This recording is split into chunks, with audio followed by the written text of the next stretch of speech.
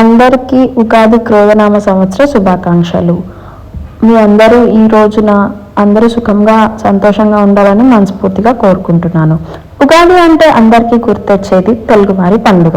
తెలుగు సంవత్సరం ఈ రోజు నుంచే ప్రారంభమవుతుంది కాబట్టి ఇది తెలుగువారి పండుగగా గుర్తింపు తెచ్చుకుంది.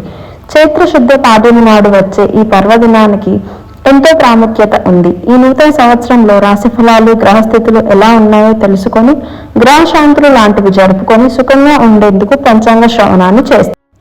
ఈ పండుగలను తెలుగువారే కాకుండా మరాఠీలు కూడా ఈ రోజు గుడి పడవాగా, తమిళులు పుత్తాండ్ అనే పేరుతో, మలయాళీలు విషు అనే పేరుతో, సిక్కులు వైశాఖిగా, బెంగాలీలు పోయిలా బైశాఖ్గా జరుపుకుంటూ ఉగాది పచ్చడి యొక్క విశిష్టత. ఈ పండుగ రోజున చాలా మంది ఉగాది పచ్చడి చేస్తారు. దీనిని చాలా మంది ఇష్టంగా తింటారు. ఇది రుచిగా మాత్రమే కాదు, దీనిని తినడం వల్ల ఆరోగ్యం కూడా. 6 రుచుల కలయికతో చేసే ఈ పచ్చడి తింటే అన్ని సమస్యలు దూరమవుతాయి. ఉగాది అంటే కేవలం పండుగ మాత్రమే కాదు, శాస్త్రాల ప్రకారం ఉగ అంటే నక్షత్ర గమనం లేదా జన్మ ఆయుష్ అనే అర్థాలు కూడా ఉన్నాయి. వీటికి అది ఉగాది అంటే విశ్వంలో జీవకోటి రాసుల ఆయుష్ తొలి రోజు ఉగాది. ఇంకొక కథనం ప్రకారం యుగం అంటే 2 లేదా జంట అని అర్థం.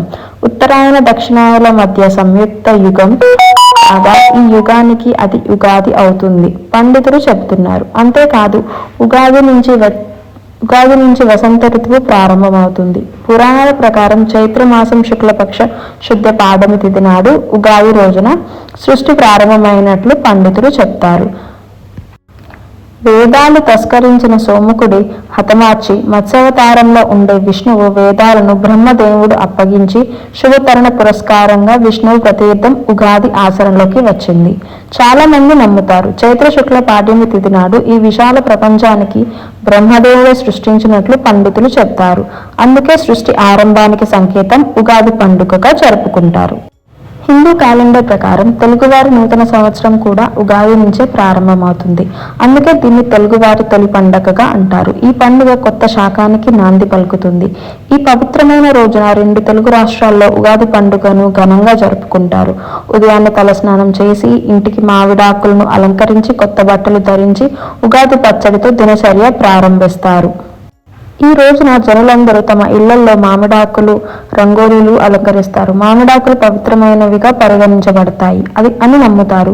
అవి అదృష్టాన్ని తెస్తాయి. రంగోలీ అనేది బియ్య పిండి మరియు ఇతర వస్తువులను ఉపయోగించి నేలపై